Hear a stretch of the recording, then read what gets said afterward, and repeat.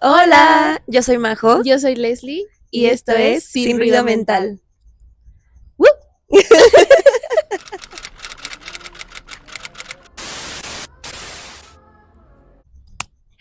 ¿Cómo ¿Cómo están del están? otro lado de la cámara? De la web, de la interweb.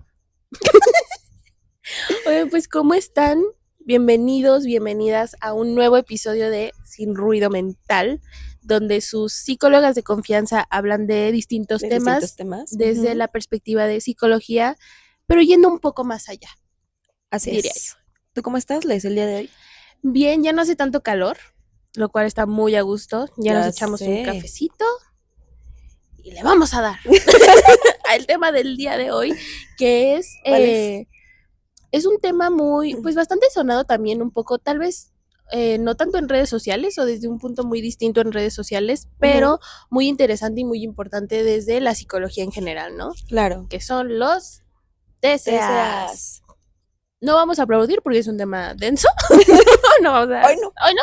hoy no. Pero, bueno, a ver, TCAs es la abreviatura de trastornos de la Trastorno conducta alimentaria, alimentaria, así es. ¿no?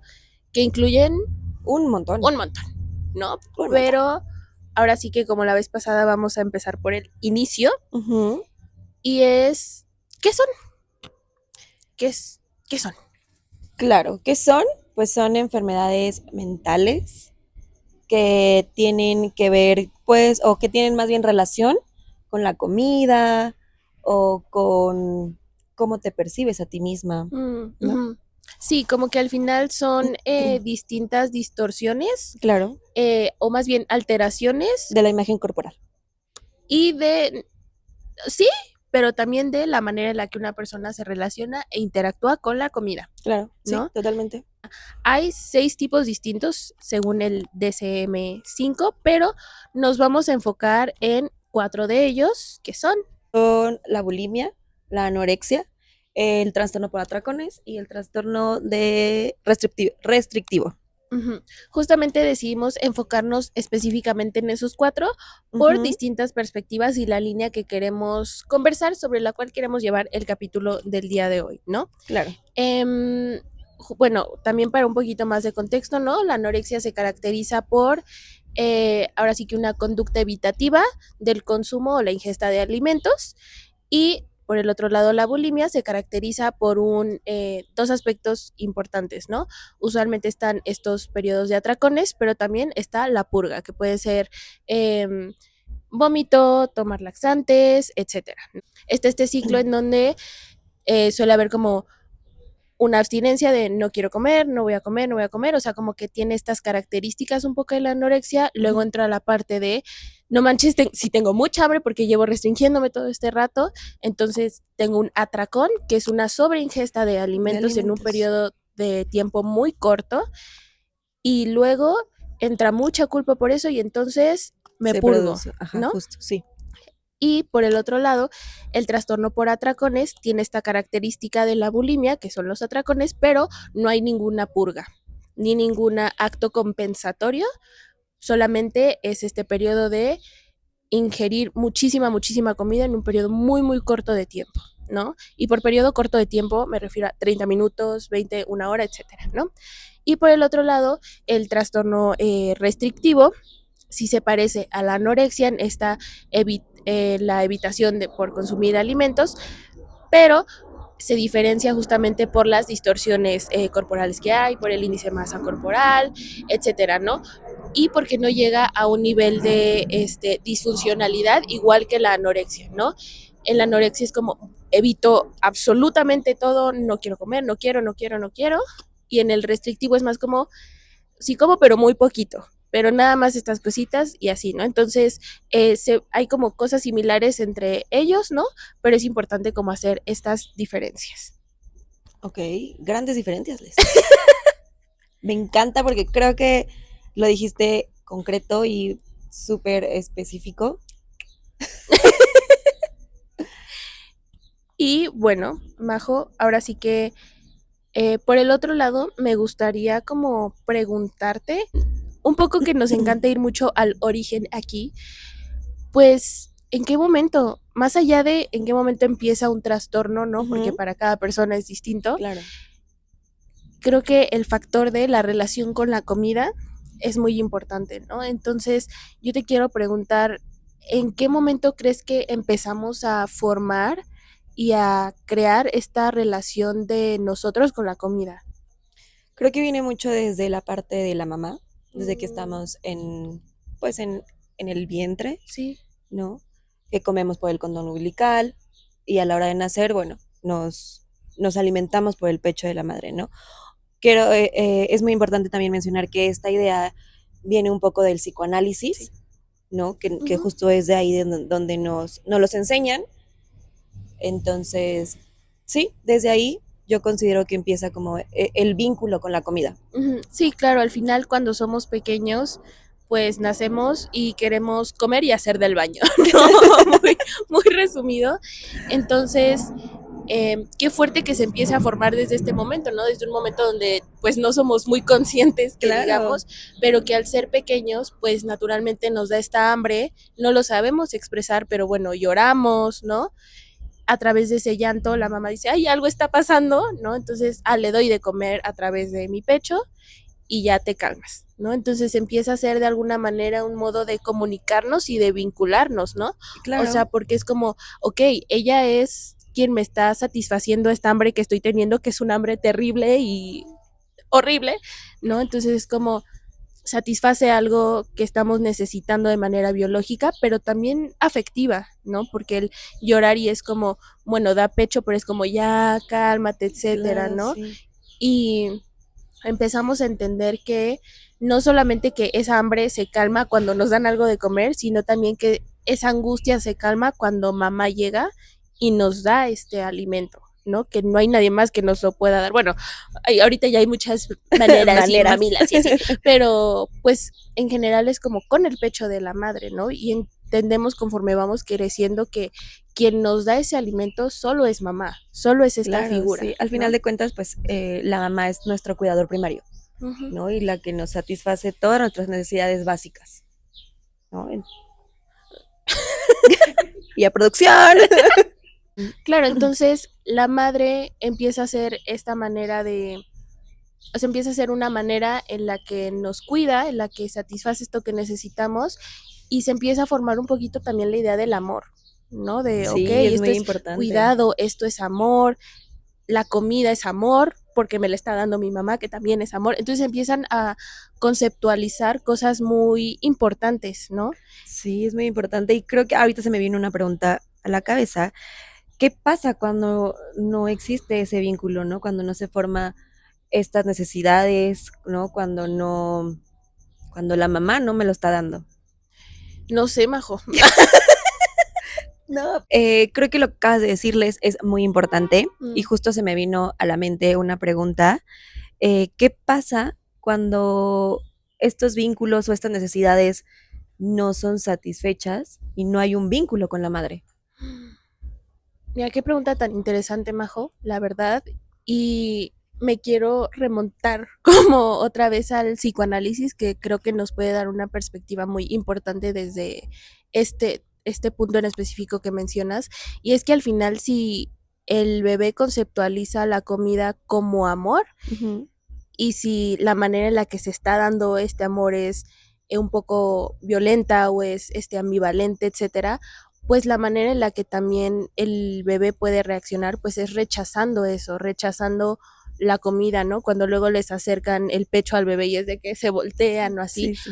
pues un poco a modo de rechazarlo y digamos el significado un poco más inconsciente puede ser pues está que se está rechazando ese amor o ese intento de dar algo de la madre, rechazando a la madre de manera pues ya más directa, ¿no? No solo es como, no quiero esto de ti, tampoco te quiero a ti, ¿no? Sí, O sea, como más desde ese lado, porque, ¿no? Sobre todo desde esta teoría, pues el vínculo de madre e hijo, y bueno, también de otras teorías, ¿no?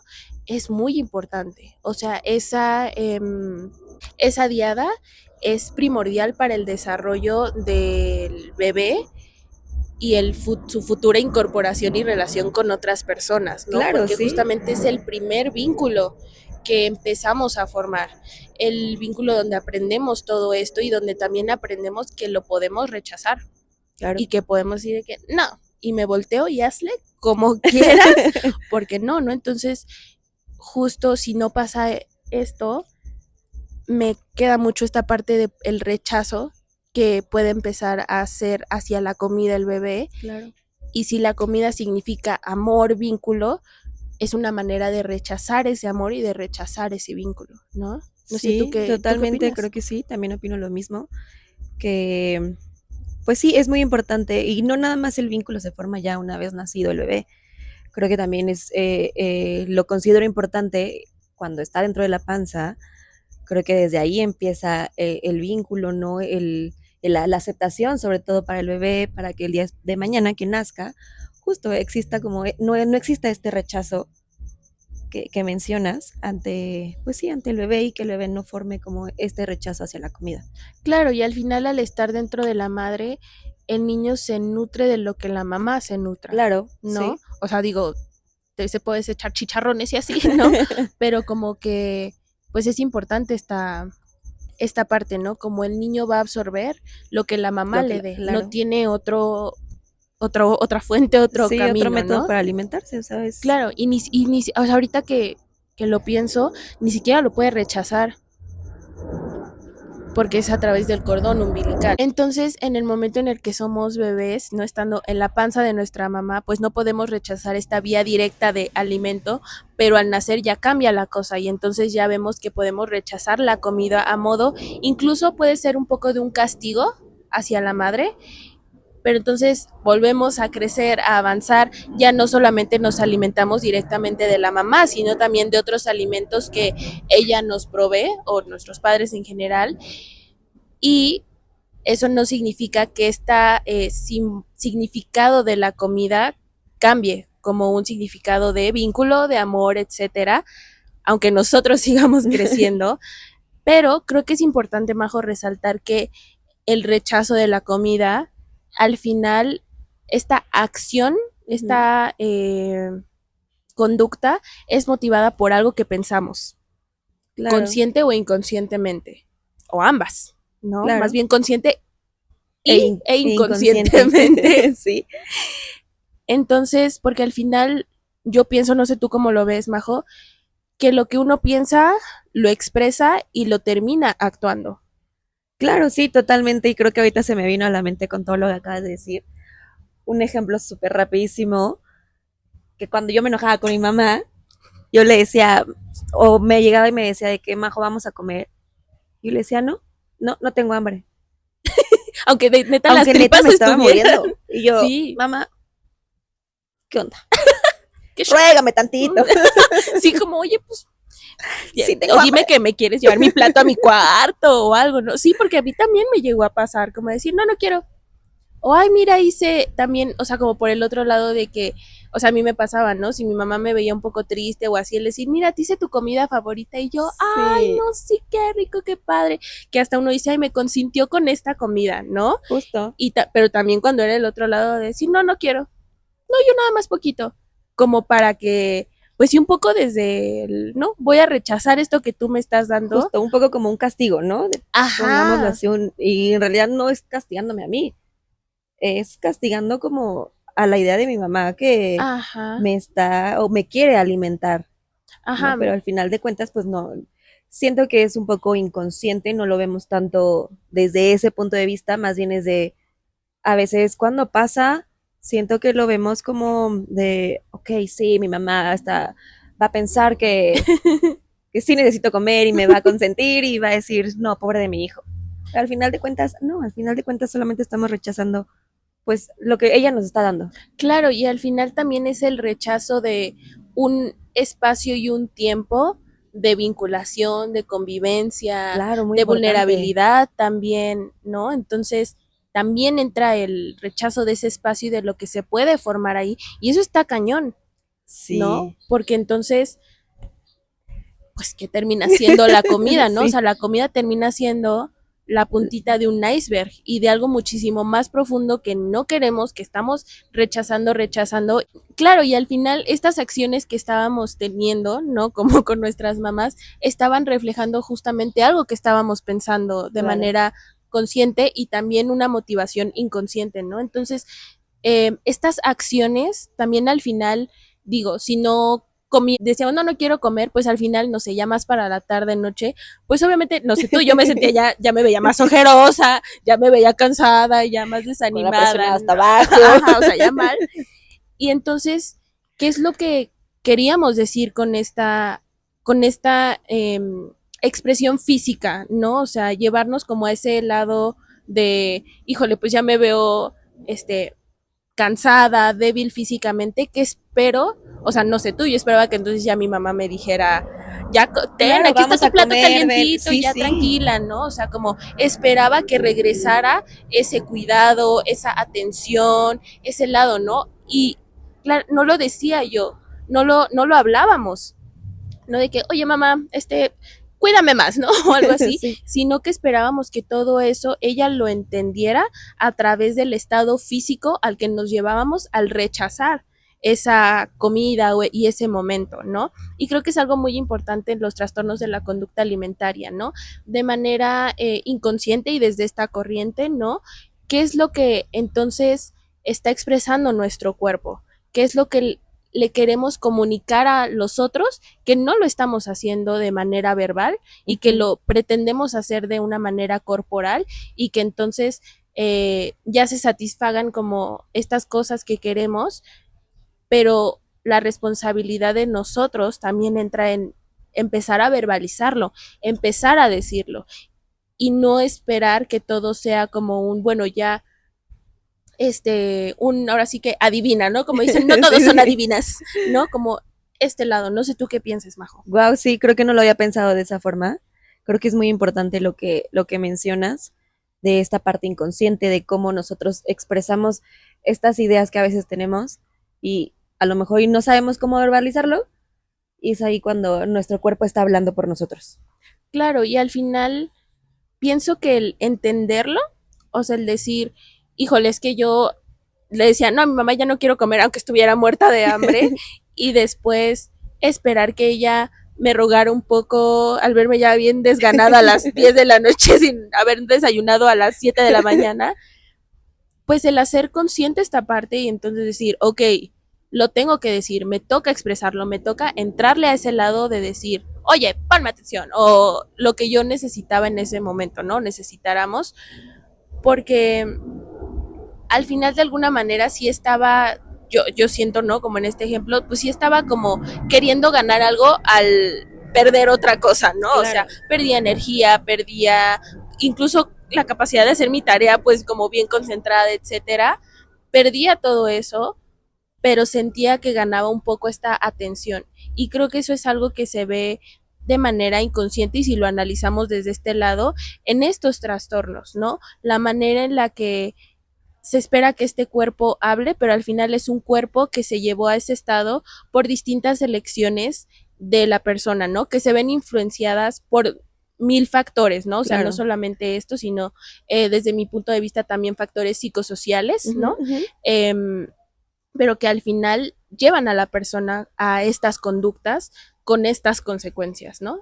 Claro, sí, y ahorita que hablas de la verbalización y de los sentimientos y todo eso, siento que es una chamba bien complicada, ¿no? O sea, Mm, es bien complicado el verbalizar qué es lo que estamos sintiendo, ¿no? Y sobre todo para estos trastornos, ¿no? El decir, no sé, no me siento cómoda con lo que está pasando, o quiero encajar en tal lado, pero no sé cómo. ujú. Siento que es una chamba bien complicada. Claro, es muy complejo, justo, pero también pienso que lo que no se habla, se actúa. Sí, Eventualmente esa incomodidad, ese enojo, ese rechazo, esa duda, etcétera, se va a terminar expresando de alguna manera y es lo que pienso yo que pasa, ¿no? En los TCAs, de alguna manera las personas lo están expresando, ¿no? claro.